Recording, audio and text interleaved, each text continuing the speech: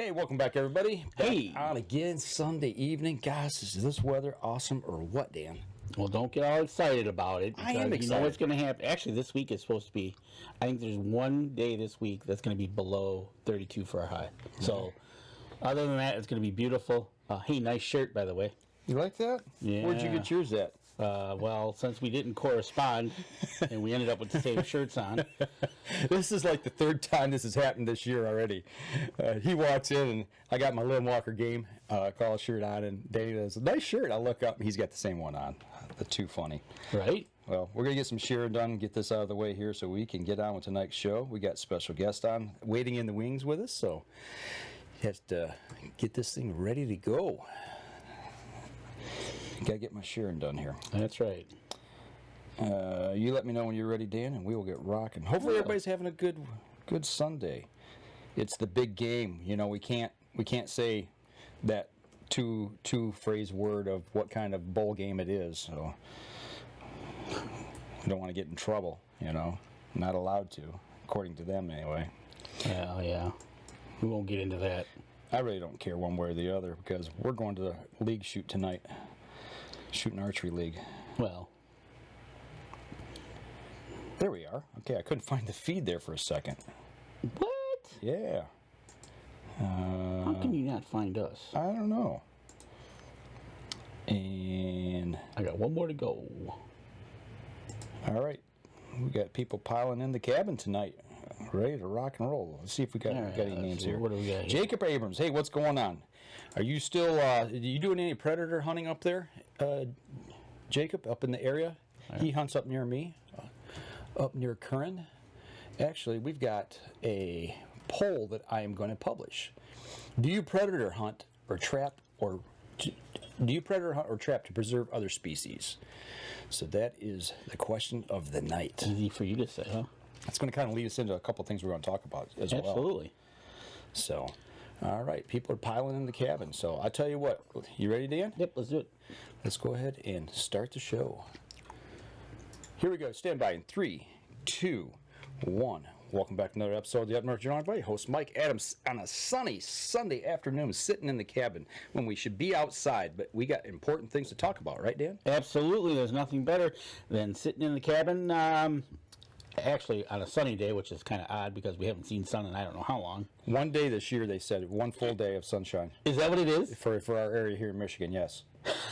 So today will be the second day. Okay, on February 2nd. They said some places in Michigan haven't seen the sun all year. Really? Seriously, yeah. Jeez. Welcome to Michigan. Talk about, what do they call that? Oh, yeah, the deprivation? winter. Yes. But, you know what? Since you're here with us in the cabin, how about you go out and support some of our supporters? Absolutely. You know what? You can start by going over to Hunter's Blend Coffee, as we are drinking ours in the cabin today. You go over to Hunter's Blend Coffee, and upon checkout, using the promo code capital UNJ, you will receive 10% off your... Right there, you can see Yep, it. exactly. You will receive 10% off your order when you check out. But that's not all. Who else we got, Dan? We got Buck's Baits. Buck Baits. And you know what? You go over there, you check out their line. They've got their cover scents. They've got a lineup of other stuff on their... always adding. So I got a feeling we're going to be talking about them a little more tonight. I think so too. And you know what? You go over to Buck Baits and you check out there for 20% off. When you check out, use the code Up North Journal. That'll get you 20%. There you go. And our friends over at Rebel 6 Rubs. You know what? A beautiful day like today would be great to be grilling. It would be. Yep, and you can go over to Rebel 6 Rubs, and over there, if you use the promo code North Journal, you can get 20% off your checkout there. And if you go over there, use those promo codes. That helps us tell our supporters that, yes, our supporters help us by supporting you. If the good people haven't went over to Rebel 6 yet, they're cooking their food today for the big game without Rebel 6. How sad is that? Very. So, but you know what? Enough of that. Let's get into the show. What do you think? I think we need to get into the show because it's going to be an interesting talk because we're talking elk. We are talking elk. To start with, yes. We have got Jennifer Drake, a fellow pro staffer from Buck Baits, from Drake's Guiding Services up in northern Michigan. How you doing, Jen? enjoying the sunshine while we got it. That's all I can say. Snowing. Is it snowing up there? How much snow do you guys got?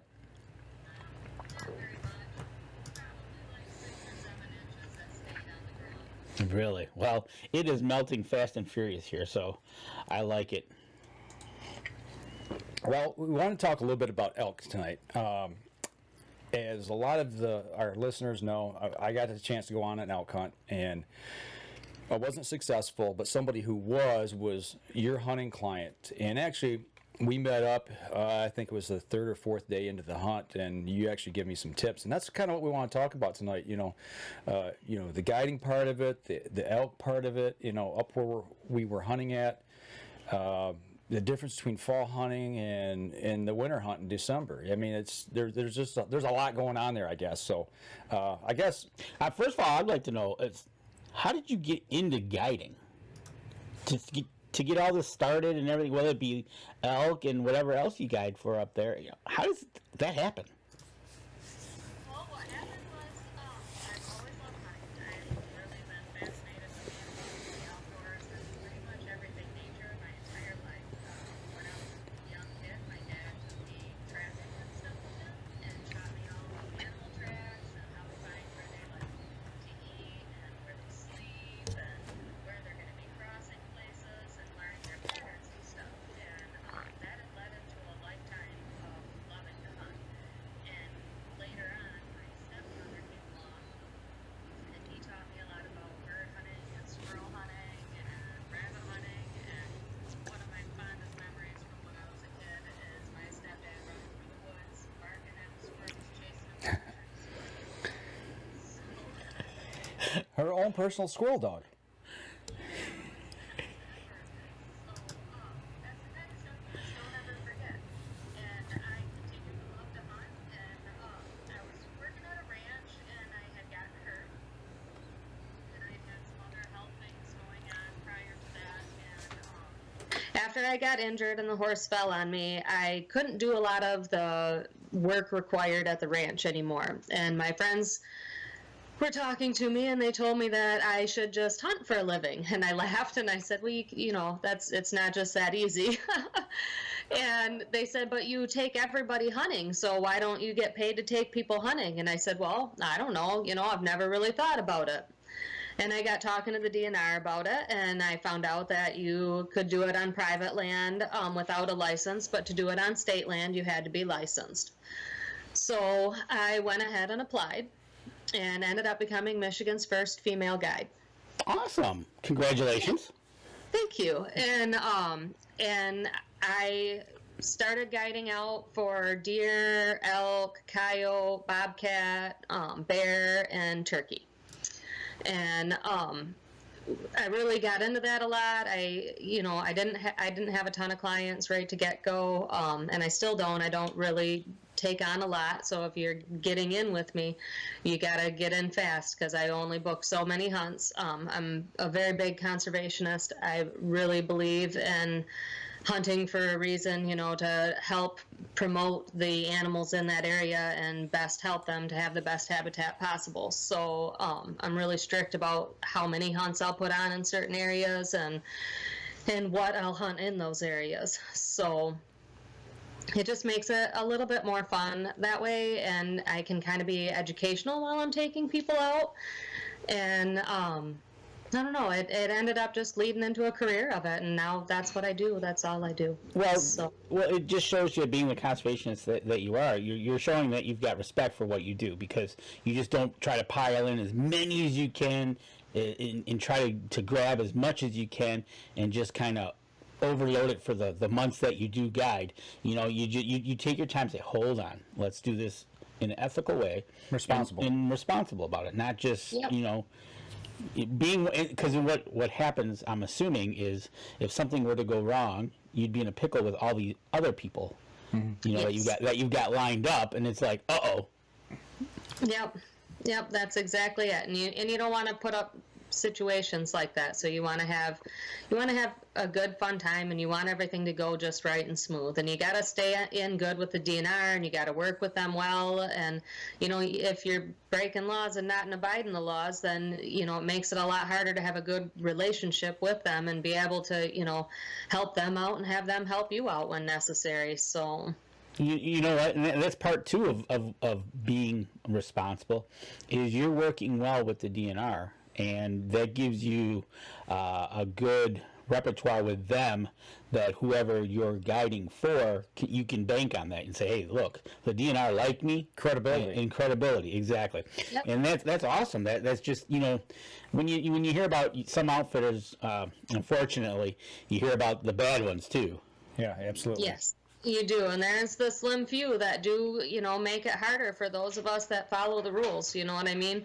And unfortunately, you run into that a lot, if it's whether they're feeding when they shouldn't be, or they're, hunting when they shouldn't be, or hunting without tags, or, or not tagging animals. There's all kinds of different situations that arise that are just, really unethical, and all it does is ruin it for the good guys. They're pulling animals away. If they're baiting, they're pulling animals away from those that are hunting around them, that now they're not going to see those animals because they get on a pretty good routine of knowing when that food's going to be there. So it's depriving them of a successful hunt when you're doing things like that, and that's really unfair and not right to do. So, and the same with when you're tagging or not tagging animals, rather, when they should be, then you're taking away animals that could have been for somebody else that wanted to do it the right way. Well, yeah, before the show started, you and I were talking earlier. You told me something I didn't know. And I mean, every year we have new game laws, or people, or the NRC and DNR want to, test the waters and see what people think about them. And you had told me that they're contemplating right now about implementing new laws for guides here in Michigan, which I didn't know. Can you talk about that a little bit? Well, from what I understand is they're looking to make it a little bit more regulated and have a little bit more rules for us, and changing some of the rules, rewording them, so to speak. And also incorporating that they want us to have a kind of insurance. Mm-hmm. And at a certain rate is what they want it to be. So, I mean, it kind of, if it does go through, and, I understand some of it, but it is going to ruin it for the little guys like me, because we're not going to be able to afford a $500,000 insurance policy for a year of insurance when, we don't make enough money with enough hunts for that. You know what I mean? So it just takes away from us, and they're doing that and implementing those rules because of all of these people that are guiding and not following the rules. And they just want to regulate things a little bit more to be more cautious, so we're not having things like these elk being violated and baiting unnecessarily or illegally, like over baiting or whatever, or baiting in general at all right now, because it's illegal, even if that does lift for next year. Yeah, the thing that gets me about it is I worry about it being a slippery slope if they do put these laws in place. Well, guides are first. What's next? The hunters. And right. Are we going to make hunters have insurance policies to go out on state land or even on somebody else's private land? I mean, it's a real slippery slope to start sliding down. Exactly. And if you have liability papers drawn up, and go and get yourself a lawyer, have a lawyer draw them up the right way. That's what I did. And you have it all written out right in there that, they understand the inherent risk of hunting with, a large game animal or a predator animal, and they know the risks of going into state land, and they accept those risks. And it's not necessary to have insurance then. What kind of intrigues me about what you're describing is, I'd like to hear their explanation as to why you would need insurance for whatever reason they would give you, but yet if I go up north and go on my own hunting, that's what I'm saying. Wait a second. Where's my insurance policy? I got to take the chance myself. Uh-huh. Also, part two of that, Jennifer, is you're right about the little guy, and I'd really like to know who's kind of behind that specific one, because if it's somebody, it's all about money. Insurance industry, maybe? Well, that's what I'm thinking. Right. And I don't want to get on that soapbox because that'll just Right, because you never know, but I'll take up the whole show. exactly. So I'm kind of it's one of those things. Ask questions, and I get a feeling if you go and look at it, it's a money grab, Absolutely. and it'll put you, a little guy, out of business. But that doesn't mean the big guy that can afford it is good either. Right. They can be just as bad as anybody. Right, absolutely. And we've seen that here in Michigan. No names mentioned, but we've seen that. So, yeah. I wanted to, before we go to our first break, I want to kind of turn the corner here just a little bit. I want to throw the picture up of your hunter this year. When I was up doing the December hunt, that your hunter took this big bull elk. Yes. How did that all go down? I mean, that had to be exciting for you, just as a guide. It was very exciting. Hold on just a second. Sure. My dogs are barking. Just a moment. That's okay. But Princess. but Danny, this right here is the bull elk that This was the gentleman that you were with. I got to tag along. Yeah, you were with. Yeah, hunt. Yep. That was the day after I left it, or 2 days after I left. 2 days after you left, yeah. So, Yeah, exactly. So this all went down, Jennifer. You took this guy in. Took you 4 days to get on to a nice bull and him to be able to take it. As a guide, what's it like when one of your customers take a bull like this? Oh, it's amazing. I live vicariously through my hunters. I honestly absolutely love watching their success and having them be successful. And, it's really important to me to try to capture those moments for them and get a lot of pictures of that and try to make it the best experience I can for them. Because, like with a bull, it's a once-in-a-lifetime hunt here in Michigan. And it is not like hunting out west. So it's a whole different experience, and it's so much more fun and just a unique, good time. You're in northern Michigan, and whether it's the early season hunt or the late season hunt, it's a lot of fun. They present their own different challenges each season, so it can go one way or another really easy. You can either be successful or you won't be, depending on where the herd is and how well you know the herd and how familiar you are with the area. That's why it's important to get a guide and to trust your guide. So sometimes with hunters, you'll run into them and they've hunted out west and they've taken elk out west many, many times, and they just think that that's how it's supposed to go. And when you get here in Michigan, it's a whole different ball game. They're not the same creatures as the elk out west. Sure, they look similar and they're in all those aspects, but in their activities and their habits and even their patterns, it's completely different. It's a different setup. There's a lot more pressure here. They're a lot more leery. They will move off a lot faster. So, with this bull hunt that we did this late season this year, we went in, we were having a hard time in a different area. We had seen some animals, but we hadn't been able to make a successful kill. So we moved to another area where I have patterned this particular herd very, very well for many years, and I've followed them around. I know their exact routine. I know what they do. I had known that there was a couple other hunters going to be there in those first couple of days, so I didn't want to go in there and step on anybody's toes or ruin their hunt, knowing that they would be in there, so I had chose to take them to a different area for the first few days. Okay.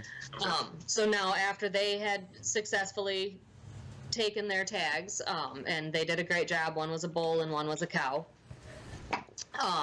we came in and they had taken a nice, I believe it was a 6x6 bull. It was a little smaller than the one that we ended up taking, but they hadn't seen the one that we got. He must have been on the back side of the hill or something, because they shot him in the same field, general vicinity where we were going, which I had expressed, we had all seen it working at that ranch, that's where they're at, So we went in there, and it was nice and early, and you got to accompany us. We got there, and I believe some stuff happened, and you had to take off. And Yeah, I forgot my license. Go ahead and say it. I was being dumb that morning, not checking things. Go ahead. It happens. I don't want to give you a hard time about Give that. him a hard time. Go ahead. It's a learning lesson for everybody. Check your back. And luckily, I checked mine before I went out. But I was at the parking area when I did it. See, and that's one of the first things that I always ask is, do you got your tags with you? Do you got all your stuff? And then, do you want to put it in my bag for the hike out? So we make sure it's with us, no matter what. We don't want to forget nothing in the truck. So this fella, when we got there, after all of that, we had gotten out there. I hiked out, and while you guys kind of sat back and visited before everything had went down, and that was kind of when everything went down, and you figured out you missed your tag. I went down there, and I could see the herd. And they were bedded down. Some of them had already gotten up and were moving out of the field, and the bulls were all bedded down on the backside of a hill. And I knew that they were going to get up before long, so I knew I had to get back and hustle. And it was a pretty crunchy morning, so I was a little concerned about the snow and stuff, but I figured if we got in there quick enough, we would be able to get a shot as soon as opening hours.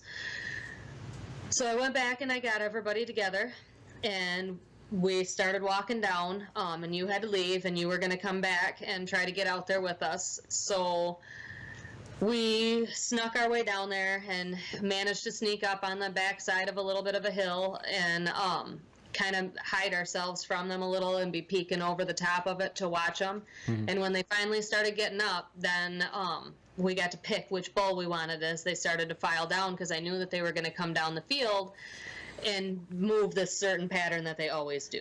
All right, Jennifer. So as you're all peeking over this hills and everything and getting ready, your hunter needed to make a decision on which one he was going to shoot. So how about after we come back from the break, we kind of ask that question of how he decided which one to shoot. Okay. All right, we're going to step outside. We're going to take a quick break. We'll be right back after this. Okay, everybody, if you got questions about Michigan elk, guiding, anything like that, get them in now here on Facebook, and we'll drop them in as the show goes along. We'll drop them in as we hear about how Mike left his license back at the cabin. We've already heard that story. I don't mind listening. I know you don't. Because everybody does it. Well, at some point, at some point or other, everybody, like I forgot my rifle, or I forgot my ammo, or what have you, it happens. Right? Exactly. But you don't go afield ever without. And I always check that, and I did that day. I checked, like I said, right before we went out. It's just that's something that I've gotten a habit of. But I long story. Yep. Exactly. I know exactly how it happened. All right, here we go. Stand by in 3, 2, 1. Welcome back, everybody. Second segment of the show. We're talking elk hunting and guiding. We are peeking over hills, crunching through crunchy snow. The guide is leading the charge, and your hunter, who had a bull tag. How many bulls were you looking at in this bunch? There was 25. Of those 25, there was probably about a dozen, maybe a half dozen that were mature, decent bulls. Of those, there was 2 really nice ones. So the gentleman said, "You're my out." Did you have this discussion as to what he was looking for in the bull that he wanted to take? Was he good with any bull? We had talked about that prior to even ever hunting on the first day, because that's something I really like to find out right off the bat, because I do think trophy hunting is okay and everything, but I'm more of a conservational hunter. So I look at for mature an aged bull that maybe he's no longer breeding, if I can find one, or something with an oddball rack that maybe you want to get those genetics out of the herd and help that herd have a more stronger genetic line, just different things like that. And so I talked to him first, and I asked him, I asked what his preference was, because I leave it up to the hunter. It is their choice. If they want a big one, we do our best to find them the biggest one we can. And then he has the option to say, yeah, I'll take this one, or no, I'm not quite happy with this one. So we got on the herd, and I told him, I knew what bulls were in here. And I knew that the fella that had gotten the bull 2 days prior on the first day, I think it was the first or maybe it was the second day, because we were there on the 4th. he had taken a nice one, but it was not the big one, and I knew that. So I got, him ready for that, and I expressed that, this was what we could see, and he could be in this group, or he might be up with the cows. It kind of depends, and the cows were already kind of moving a little bit further along, so we were going to have to try to cut them off and go to a different area, which we had tried to do that the day before because we missed them just like that. So we got in there, we got set up, we knew we had that particular group of bulls. At this stage, he had said, well, if the big one's already left with the cows, I'm going to take one of these. Okay, so he had choices when you gave him the options. Yeah, yep. Well, you gotta like choices. Right. Yeah, and he liked having choices too. And as they were filing down off the hill, I told him, I said, those are the 3 nice ones right there. I said, if you wait for them, they're going to come last. And all the young ones started filing out, and the big ones did. They were the last ones, and they were kind of all grouped up for a while, and we had to wait until the younger ones wanted to follow the cows because they don't like to be left behind, And so they started heading towards the cows to get with the main herd, but they're not allowed to be in with the herd. They always have to lag back a little. And, they're slowly single filing it that way. And as the herd, that cluster of bulls broke up, then that big one got to be off to the side by himself. And I said, now that's the big fella right there. I said, he's got a nice wide rack. I said, that'd be the one to take. I said, you need to get yourself lined up. And he said, well, how far do you think that is? And I said, you're looking at 370 yards right now. And I said, and that's a long shot. And I said, are you capable of that? And he was sighted in dead at 250. So, and he was hitting in, he said the size of a 50-cent piece. Okay. Consecutively. So he was doing good at that, so he seemed like he was real positive in himself and everything at the time. So I told him, whenever you're ready, take a nice deep breath and, gently squeeze the trigger, don't pull, and let's do this. I said, aim for center mass. That's where we want to go. I said, we're not going for anything else at this distance. It's going to be too hard of a shot. Just aim for center. So he, and above his back at that distance, obviously. So you're, compensating for range and all of that. Anyways, he hit him in the first shot. He went a little ways. He laid down and then got back up, and he shot him again.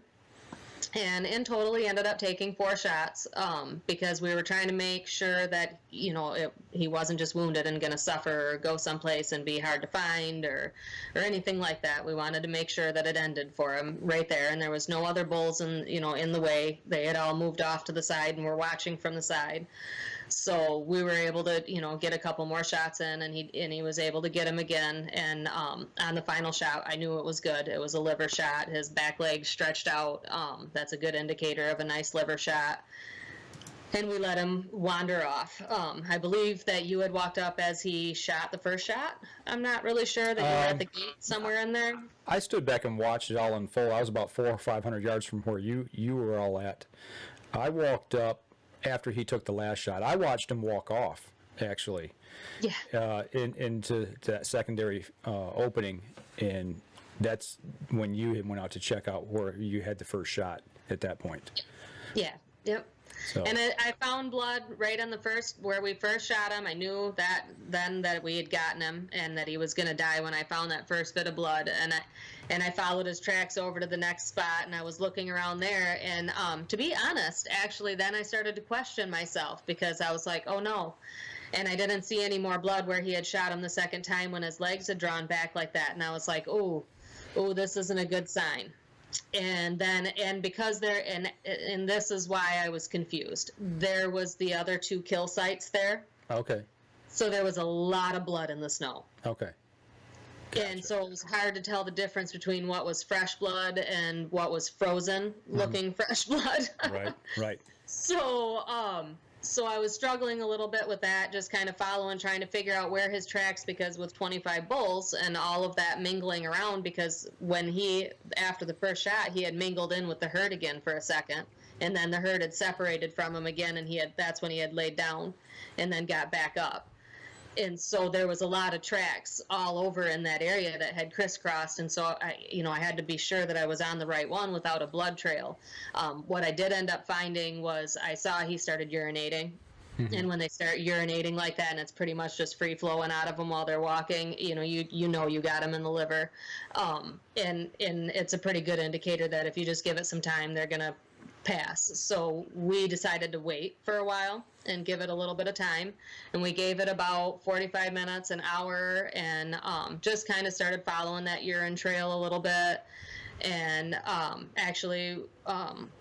as we crossed in to where there was like a little ditch line, you could see just on the other side of the ditch he was laying there expired. Yeah, going through a hunt like this for somebody, as you're re-describing, I'm kind of reliving the whole thing, but there's so much difference, I think personally, and I could be totally wrong, but I've seen people that have went out west and hunted versus here in Michigan. To me, they're two totally separate animals. Of styles of hunting. When somebody comes to you and they say, I want to retain your services, for a elk guide, do you ever talk about what to, like maybe if guys, I've hunted out west, I know what to bring. Do you have that discussion of what to bring with you, or what to expect being a Michigan hunt? I do, actually, and I try really hard to make them understand that this is very different, and it takes a few days usually of them hunting to grasp that. After a couple of days, they're like, oh no, she's right. Mm-hmm. This is a whole different ball game. This is a lot harder, but I've had other clients that were like very adamant that no, just like out west, it should be just like this, and this is how it should go, and one way or another, I'm going to get my elk, and it's like, okay, wait, but if you don't listen to me, I'm not going to be able to help you, because it's not the same, and you're going to end up having a really hard time or a non-successful hunt, and that's the last thing I want to happen to you. So if you just trust me, we can get there. And that's something that I try, now, especially after some recent, events. I have made it a big plan of mine, and all the hunts that I booked since, I've expressed that, really do your research into your guide. Okay. Make sure that you trust your guide before you go, and make sure you talk to your guide about those kinds of things. If you've only hunted out west and your guide tells you that, okay, this is not like hunting out west, you have to have faith in your guide, because, they don't want to not be successful either. They want to have it be the most successful hunt they can, because it looks bad on them too if it's not successful. I think that's kind of hilarious. You go out and you go get an outfitter, and then you take whatever he or she tells you and throw it out the window. Yeah. Why did I get an outfit? No, she knows, or he paid that money. Right? He knows or she knows what they're talking about. That's why you're an outfitter. You're licensed. Your whole. Show me. Right. Well, after tagging along that day and observing. You give me some really good information. I just couldn't close the deal on my hunt, and we missed the mark by a couple hundred yards that last day. But everything that you told me, it was just like clockwork. It's like, it was boom, boom, boom, boom, boom. It's like we just follow instructions. And along the lines of that, instructions and trusting your guide. But you also, you keep track and scout all year long. Mm-hmm. Yes. So, okay, right? You're there. Mm-hmm. However many days you get out in the field, Jennifer, and know these animals. Like you said, you knew this pack and what they were going to do, when they were going to leave, how they're going to do it. So, I'm gonna put my my money on you. Well, and even my guide who was along that day. After we had talked, and when we talked after that, actually even, I believe the morning before we went out to that same area, and after we left, my guy, he said she knows her stuff. There's no doubt. She's got the information. She knows what's going on. So it's he says you need to listen. My guy's telling me you need to listen. So and that's I don't know. To me, that's why I got an outfitter. That's why you pay an outfitter. To do the homework for me, because, like you said, Jennifer, they may have gone other places, but this is another state, and sure, characteristics of the animal are the same, but Well, even in the area that I was hunting that was away from where y'all were at, Jennifer, it was, I don't know, 30, 40 miles maybe. I don't know exactly, but it was, you know, we weren't having any success. We saw some, but we didn't see a lot, and everything I saw was bulls, and I had a cow tag. But, you know, which, you know, I guess up there in that area, the outfitters exchange information, which I think is great. Try to help each other out. You got to, and that's the only way to do it is, you know, you have to be able to help each other out with everything. So, I mean, because everybody wants each other to be successful. We don't want to hurt each other's hunts, or you shouldn't want to anyways. The more ethical way to be is to help each other out, help everybody be successful. We want the herd to be contained the way it should be so that we can have good numbers for hunting, and it's the best management for them, and there's a reason why they pick the numbers that they do. Princess, enough. Right, yeah, she's talking to you, Danny. thanks. I'm sorry, I couldn't resist. I knew it. It's my squirrel dog. You know, She's a little annoying sometimes. And everybody at home that's watching right now is laughing. Right, You're going to start exactly. calling you Princess. No, I'm not going to be Princess. I'm sorry, I lost total track now. But you're right, Jennifer. You know, you need to help each other out, because you got to help the DNR all together collectively, or else if this goes awry in any way, shape, or form, you guys are all going to be out of a job, and it's not going to be good. Yeah. That's exactly it. Yep. Well, go ahead. I'm sorry. Oh, I was going to say, and honestly, it's the best for the herd as well. You know what I mean? Everybody, you know, we want to have the elk here. They're a beautiful animal. They're a majestic creature. They're not, you know, a bad animal. They're not going to harm a lot of stuff. I mean, they may do some crop problems and stuff here and there, but if we manage them properly, then that can be solved. You know what I mean? All of the farms and stuff, if you're having problems with elk, people would love to come there and hunt them if you would give them permission. And if you vet the guides that you allow on your property, you can make sure that your property is going to be treated with the utmost respect. Yeah. I think that's a great thing that what you just said, Jennifer, is if the so said farmer would allow the outfitter and talk with the outfitter and gain their trust, and put it on you as well, that you're going to bring the hunter onto the property, but you're going to treat the property with respect. You have to. I think so. You know, and that's been a big thing amongst cooperatives now, that like the deer co-ops that we've got in Michigan. I've been to a couple rendezvous, and that's been the big talk right now, is how do we get farmers who are having these crop damage problems, whether it be deer or elk, and getting the hunters together, and like you were talking, I equate this to the guides even talking and sharing information is kind of like a deer co-op, where you got private landowners, neighbors that are sharing information to better the whole herd. So are the guides with the elk, but also working with the farmers. I mean, I think that's a huge thing that I think a lot of us really miss, and that's something we need to really work on. I think, you know, as far as working with our farmers. Yes. So, I tell you what, we're bumping up against another break here. When we come back, I'd like to talk a little bit about the difference between hunting them in the fall and hunting them in December, if we could go that direction a little bit. Yeah. Okay, we're going to step outside. We're going to take our next break. We'll be right back after this. And if you got any questions for Jennifer Drake, guiding elk, coyote, bobcat, turkey. What do you not guide for? Yeah.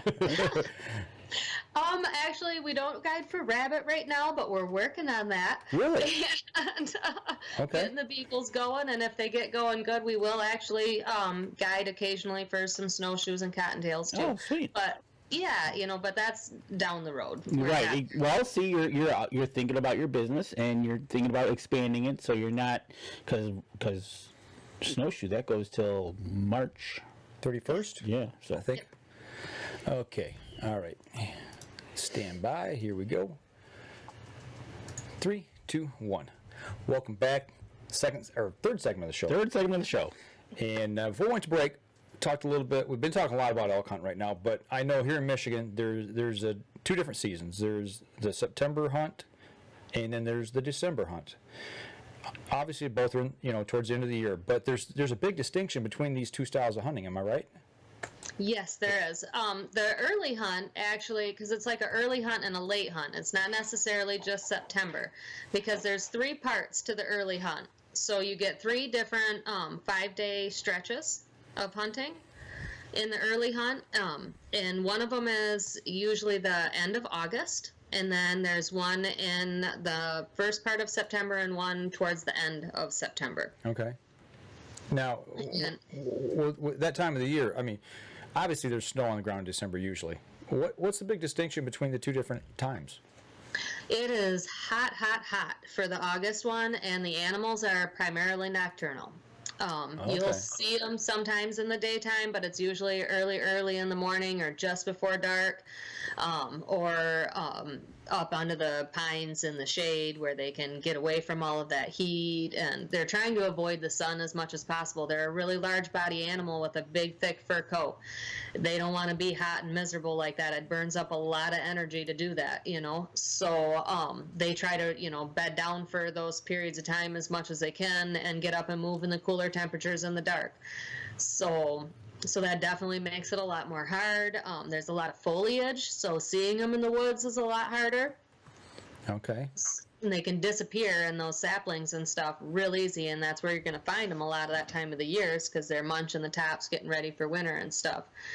So they go right into them and they disappear, and there's no chance of getting a shot. Even if you can see them, you can't shoot into that thick of stuff. It's just too much of a risk, so it makes it a lot harder. The bugs are tough. Yeah. I was just about to say, bring your thermosol. Yeah, right. Yeah, I carry mine always. I keep one in every blind. I do try to set up blinds to give some kind of a relief from the heat. We'll walk around a lot. I believe I've kind of given you some pictures of some of the spots. I've had hunters lay down and take naps because the heat's so bad, and you just got to wait it out. And usually you're more successful in the September sets. Really? Than anything, but I have had a couple of successful hunts since I started in the August period. I try not to book in that first week though very much, and I even tell all my hunts, it's really hot, it's miserable, they're not moving as much unless it really cools down for that week. If we know that it's going to be a cool week and they forecasted it, then yeah, come up and we'll try, because I'm always willing to try, you know what I mean? But knowing that it's that hot out and knowing how hard it is on them, I at least try to give the hunter the privilege of knowing that your odds are a lot less likely at that time. Well, with that heat at that time of year, the other thing I gotta really think that is a concern is scent control at that point in time, because it is so hot. Yeah. Do you use anything for that? Do you use anything to maybe lure elk in at that time of year? I do. I use buck baits, actually. Firm believer in them. Absolutely love them. Absolutely. I use buck baits, elk scents. I have the bull scents, and I have cow estrus scents that I'll use to lure them in. I use their cow call. Actually, and I've had good success with that cow call. I actually really enjoy using a lot of their products. They have an acorn scent cover, or a corn, or pine. They have many of them actually. But for that particular area that I follow around a lot, I tend to use the acorn, the pine scent covers a lot to cover up our body odor, because you're hot. You're sweating. You want to be geared in the right kind of gear so that you're got the right kind of scent wicking layers, so it's keeping your sweat away and blocking your scent in, locking it in as best as possible, but cool at that as well. You're going to want to match the foliage, because you don't really want to be standing out, because honestly, it's not like hunting out west. It is not. They are a lot more spooky here, and if they see you, they're more likely not to come in. than if they don't, and you can blend in with your surroundings and get that scent covered. So and I try really hard to be a stickler with all of it. I make everybody spray down with my stuff. You know, sure, you probably have your own products that you'd like to use, but I'd rather you use mine because that's what I know I'm successful with, and I would not want to use anything else. Well, so something you just said along the way there, and I'm just gonna go ahead and say it. You said taking that scent and you're locking it in and blocking it. I want to congratulate you on getting on Scent Block or Scent Lock team. That's something that we're a part of and you're a part of now. So welcome to the team. When you said that, I knew where you were going with that, but I just want to throw that out there. and a nice gear bag you've got there behind you as well. I like that. thanks. It's my favorite. So in August you're going to be wearing your bathing suit, and in December you're going to be wearing every clothes possible known to man. Right. It depends. I mean, there are days that it can be not that bad, and then there are days where, I mean, it's freezing, sub-zero temperatures, and you could have any in between it as Michigan.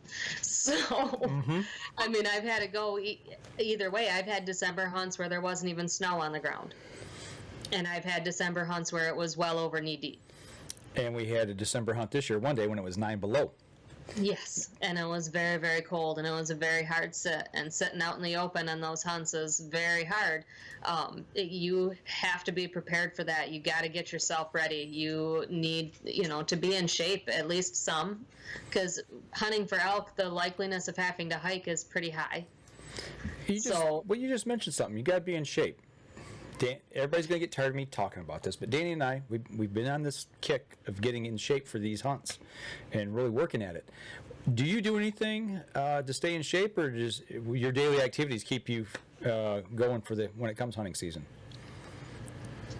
I have a farm. That's your workout. That's my workout. Actually, no, I hike a lot. I'm a very energetic person, so I do hike as much as I can. I have to stop and take breaks. I have a heart issue, so I do take breaks a lot. So I try to, understand a lot of my clients are out of shape. Like yeah. Well, they're out of they're shape. just elderly. They're Old and out of shape. What it usually is. And that. But they're generally the elderly, and because I cater to a lot of veterans and first responders, actually. Nice. So and I think that it's important for them, and I let them know ahead of time. You have to tell me what kind of shape you're in. Like, can you hike or can you not? Because that will determine on where I'm taking you to hunt. Okay. So once again, options as well. That I always follow where the herds are going. Gotcha. Yeah, because I want to make sure that I have places set up that I can take somebody that maybe can only hike in 100 yards or 200 yards, and that's as far as they're going to get. Right. You know what I mean? Or I have a place where I can take somebody that is in really good shape. They're fit. They walk all the time. They've been out there hiking anyways, and they're good to go, and they can handle it. And I still. Because no matter how much hiking you do on a treadmill or in the gym or, those types of places, it's not the same as hiking outside. In snow? Yes, and when you're hiking outside in the snow, it's a lot different. It tolls your body a lot harder. Carrying gear? Yep, and you usually, that pack, it might feel like it's not that much when you started out with all your snacks and your water bottles and your stuff that you think you need. But really bring the bare minimum. Do you go through somebody's pack and say, nope, you don't need that, get rid of that, get rid of this, get rid of that? Do you ever? Nope. I allow them to do what they think, and then if they start having a problem, I carry it for them. So. No excuses. No excuses. Yep. No excuses. No, you're just going. We're going. Well, like you said, you've got a job to do, and you're gonna do your job to make them successful. Yeah, and something that I've tried really hard to fix about myself is I have a habit of, because I'm so used to being in the woods by myself, I'll just trudge along, and I tend to not forget that they're with me, but I forget that they might be not able to keep up.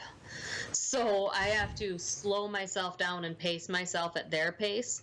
So I'll try to kind of feel out how they're walking and, what pace can they handle, and then pursue that so that I can keep them with me, because the most important thing is when you're rocking around looking for the elk is you could walk up on them just about anywhere if you're in their territory. Well, that's it, right? If you're out there and you know they're in the area, behind any tree is possible that It they could happened do to that. me, I think, the second day out. Well, so the second day is when we cut their track, and Wasn't that with the guy that we crossed paths with? yeah, and They jumped up behind us. yeah, and so that's how it goes. So you got to be prepared at any time.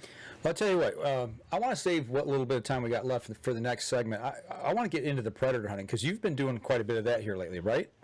Yeah, yep. I love predator hunting. It's one of my favorite things to do. I coyote hunt year round, and I book hunts for that year round with people. And I have clients that come back every single year to do it.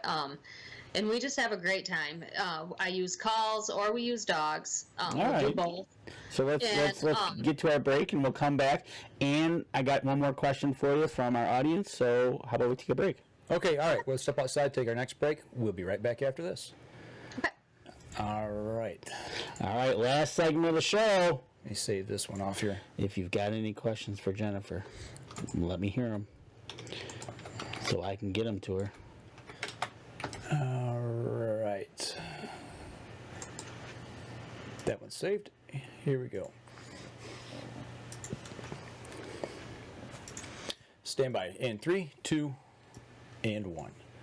Welcome back. Last segment of the show, we're talking with Jennifer Drake of Drake's Guiding Services in northern Michigan, the northern Lower Peninsula. But before we get to this, we've got a poll. People are chiming in on.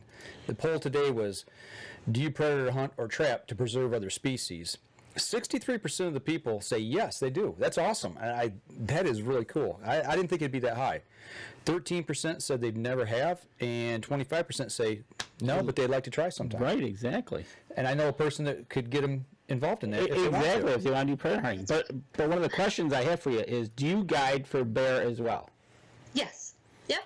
I do. I guide for bear. And we can do it with dogs, or we do it over bait. So my uncle actually does the dogs, and they have a really good success rate, and he loves to run them. So anytime I have a client, if they want that experience and they just want to hear the hounds barooing in the woods and get to have that, because it is a wonderful, fun experience too. I mean, there's nothing like hearing those dogs running in the woods and knowing what they're running, and that, and following them through the woods and getting there and finding it in the tree, or sometimes they get in holes in the ground. It kind of depends, or they'll get up underneath of a mess of trees, and it's a lot of fun. So if a client wants that kind of experience, we take them right out and get them right on that kind of stuff, and usually they have so much fun. I mean, you can't go wrong with such a great group of guys. They all are wonderful people, and they're all good-hearted, natured boys, so it's good fun time.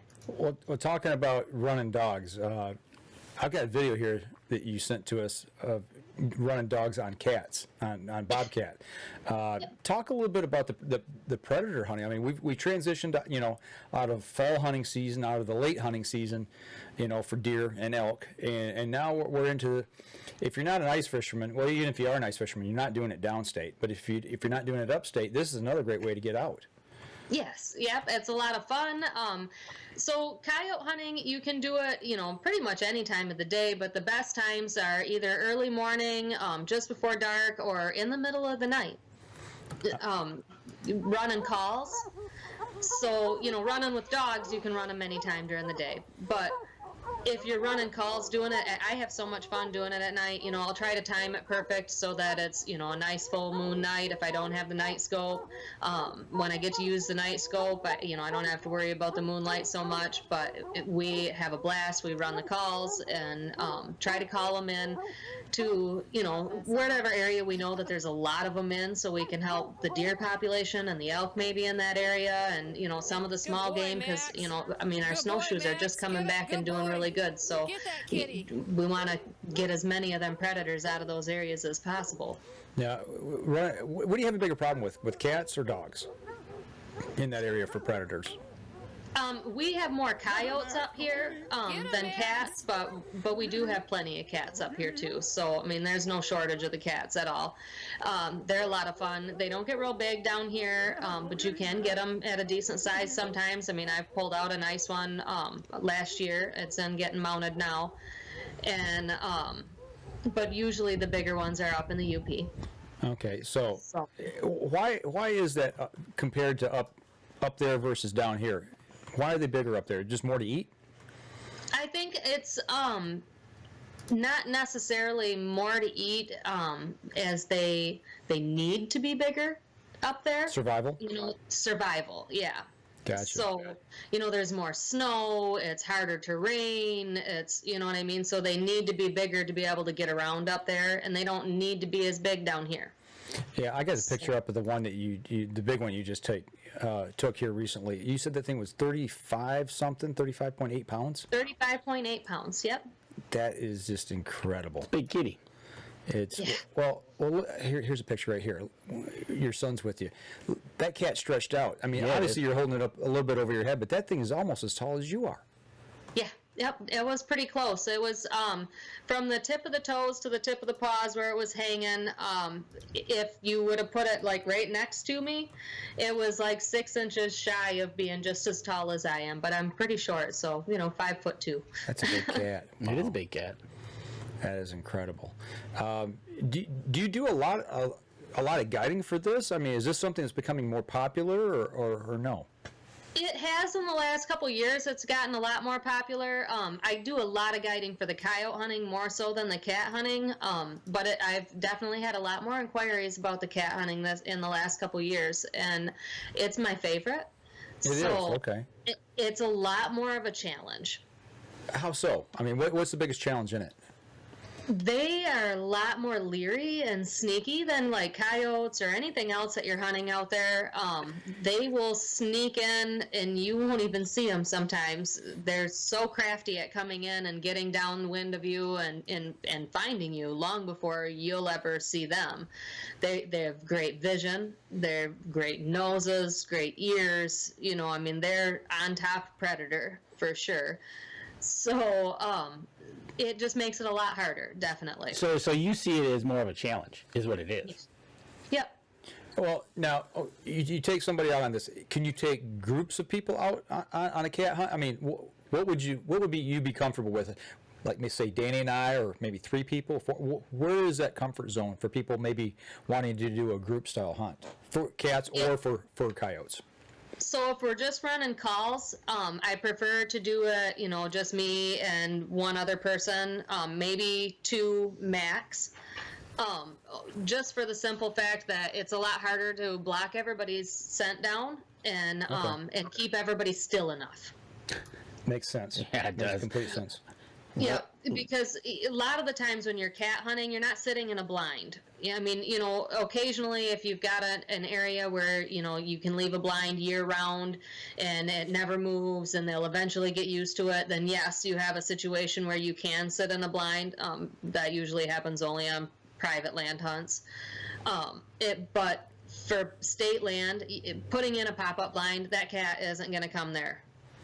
Now, for people who are interested in hunting Michigan for bobcat, correct me if I'm wrong in this, but you have to put in, is it for trapping or for hunting? Hunting, you got to put in for that tag, that fur tag.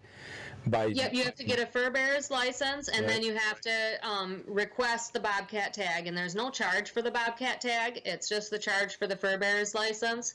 And then you can get 2 tags, actually. You can get a tag that's for any unit, and then a tag for Unit A up in the UP.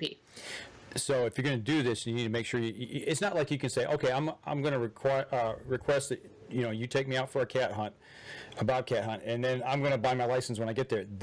By the time you do this later in the season, it's too late because you can't get that kill tag. So you have to pre-plan this. Yeah, you have to get it done ahead of time because there's a cutoff date for when you can actually even get your tags. So okay, so that's good to know. And Josh Hagerman is chiming in and he says he wants to go cat hunting. I figured I seen him chime in there. I thought he'd be a guy that would love it. I've done some coyote hunting up at our place. Let me run this by. If somebody were to come up and want to do a cat hunt, and they got their tag, and you're out, is there just as much opportunity to shoot a coyote the way you're hunting, or is that hunt a totally different style of hunting? If you're calling. There's just as much opportunity to shoot a coyote. Actually, my last hunter I just had we didn't actually get to shoot a cat because we never saw one, but we did have coyotes come in. Okay. So we were able to get 2 coyotes and actually a coon. And actually, that's the same license, right? Yes. So there you go. Buy one license, and you got multiple opportunities to take different critters, fur-bearing critters. Right, exactly. Okay. So that is awesome. We're bumping up here. We got a few minutes left. Okay, so one question that was asked is, out of your elk hunters, have you had anybody bow hunt for elk? I've had them try.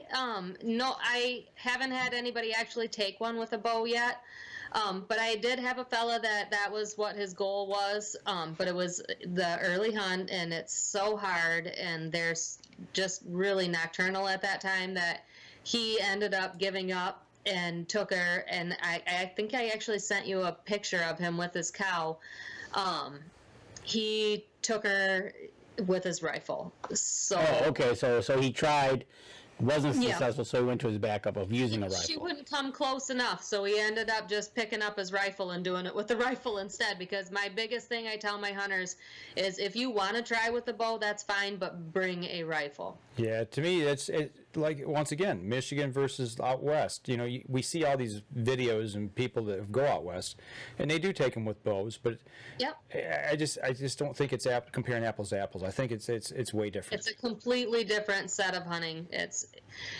I've heard this before, and I'm not claiming this ability myself, but I've heard that if you can successfully hunt in northern Michigan and take out a nice buck every year, then you can hunt anywhere else in the United States, but it does not work the same in reverse. So I feel like if that's true, a lot of these people that go out west and they think, nah, I'm not going to bother hunting here in Michigan for this kind of stuff. It'll be easier out west. They're shortchanging themselves because they have the chance for a wonderful challenge here in Michigan. We have great hunting here. I mean, maybe we don't have some of the biggest, giantest bucks, but that could come in time. It is a possibility. You see trophy bucks taken from Michigan on a regular. And even up here, it happens. Not every day. Definitely, but you definitely get these big, beautiful bucks that'll come. There was a young lady last year, I believe it was, that she took a 14-point buck here in Sheboygan County. I've heard people talk about what you're just saying there, and Danny and I both said the same thing. You want to shoot a big buck, come to Michigan, hunt public land, and show me you can do it here. And if you can do it anywhere, because the hunting pressure here is tremendous. The hunting rules here are different. We don't have APRs, or we don't. People put them on themselves, except for the Northwest 13. But it's just a whole different way of hunting. Yeah, it's a completely different ballgame. So. Well, I tell you what, it's we're bumping up here close to the end. I want for everybody to be able to, if they want to reach out to you and inquire about a hunt, I've got your information here. I'm just trying to find it here real quick. Let people know where they can find you at. Well, I have my Facebook page is Drake's Guiding Service, and go ahead and give that a like anytime you want. And I post on there. It's not all the time, but I post hunts on there frequently. And if you ever have any questions, you can shoot me a message right through there. Or I do have a web page, and that's also Drake's Guiding Services LLC. And I'm also on Instagram, and that's Jennifer Drake on Instagram. And I don't know. And if not, they can get a hold of us, and we'll get a hold of you. Absolutely. Right. I'm on the DNR's guide list. So there's that you can find my name and number on there. I have a business card. If you guys have that information, you can pop that up, and that has my phone number and everything in that. So.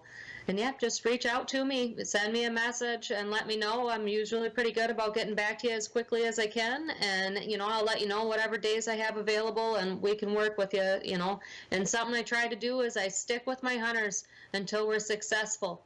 It's important to me. So say I have an elk hunt, I don't only just stick with you for like 3 days. If you're the early season hunt and you're there, we hunt all 3 parts. I stay with you until the end if we are successful or not.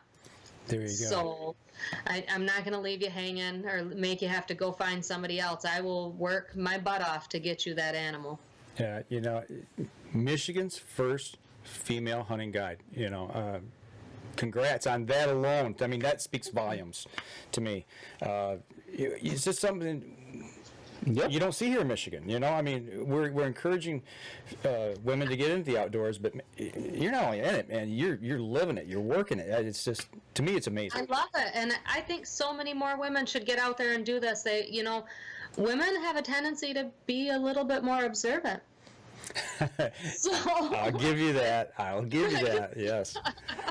So if they go out there and they could be really successful and have a lot of fun, and it's so good for the heart and soul to be in the woods. So absolutely, definitely recommend it. Well, speaking of females getting into the outdoors, your daughter, you told me before the show, is going to try to take up bow hunting this year.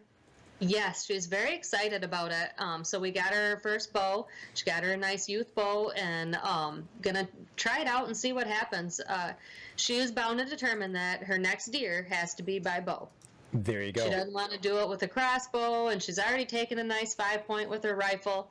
So I got a feeling she knows somebody that'll get her out and get her on a nice bow. I think so. I just got this sneaking suspicion. I think we know somebody. But I also can see in the blind the mom, I got this, mom. Does that happen in the blind? Is there that mother-daughter friction at times in the blind? No, actually, my kids are really great in the blind. They have been sitting with me for years since they were little. I've been taking them out as soon as they were capable of sitting still. So I get them out in the blind. They sit down, they hunker down, and are nice and quiet. They love watching the animals, and I'm usually in an area, if I'm taking them with me, so that they can see a lot of nature. So there's a lot for them to see. That's awesome.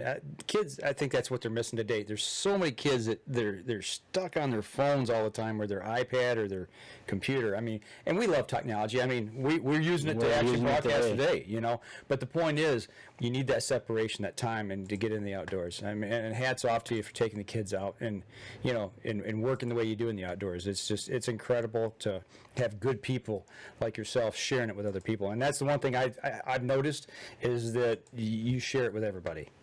I try real hard, and I love taking kids out to it. That is one of my favorites.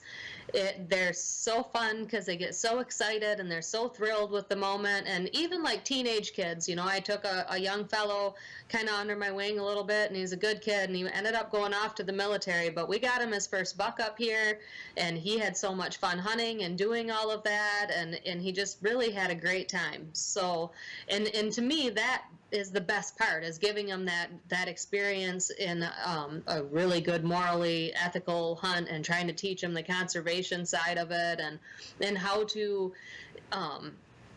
hunt successfully and carefully, so that you know your shot placement, so the animals aren't suffering, and so to make it a good experience for them. So setting them up for the best chance of that is the most important for me, because I don't want them to be deterred from ever hunting again. That's right. Well, I'm going to throw one more question at you here. We got time for it. Okay, so you hunt all this game. You're able to spend all this time in the outdoors. Actually, I'm going to ask you a couple questions. What is your favorite wild game meal to prepare, and what is it? Or how do you prepare it? Okay, well, my absolute favorite is, of course, venison, and we eat it darn near daily in my house. Okay. And backstraps actually is the favorite.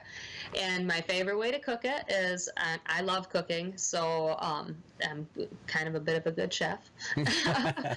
I will take a whole tenderloin or a backstrap, and I will wrap it in a maple smoked bacon.